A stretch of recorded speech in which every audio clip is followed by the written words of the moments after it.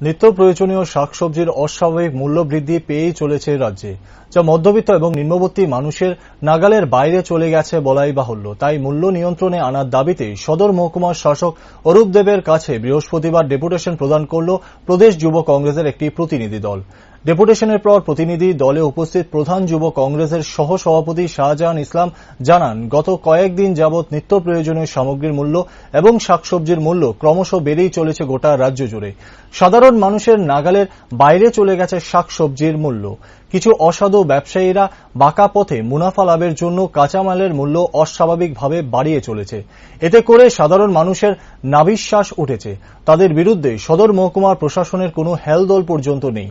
এর সাথে ব্যবসায়ীরা সামগ্রী মজুত করে সাধারণ মানুষের পকেট কাটার সুযোগ সন্ধান করছে।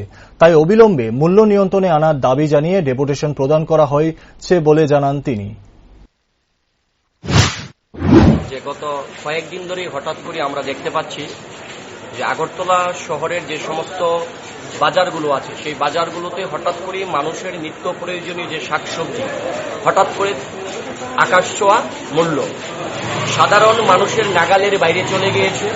প্রশাসনের দৃষ্টি আকর্ষণ করার জন্য আমরা আজ ত্রিপুরা প্রদেশ যুব কংগ্রেসের পক্ষ থেকে এই সাধারণ মানুষকে এই যে নাভিশ্বাস উঠে গিয়েছে যে শাকসবজির যে মূল্য আকাশ ছোঁয়া তার হাত থেকে রক্ষা করার জন্য এবং তার মূল্যকে নিয়ন্ত্রণ করার জন্য আমরা সদর মহকুমা শাসকের নিকট আমরা এসেছি এক প্রতিনিধি দল।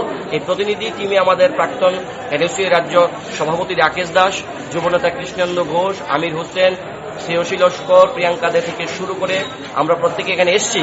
কারণ একদল অসাধু ব্যবসায়ী যারা কালো ব্যাপারী করছেন, প্রশাসনের কোনো হেলদোল নেই তাদেরকে এই কালো ব্যাপারীর হাত থেকে সাধারণ মানুষকে রক্ষা করার জন্য আমরা একটা দায়িত্বশীল যুব সংগঠন।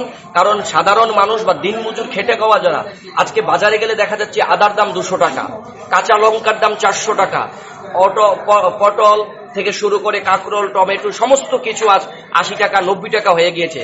এতে সাধারণ মানুষ তার যে ক্রয় করার ক্ষমতা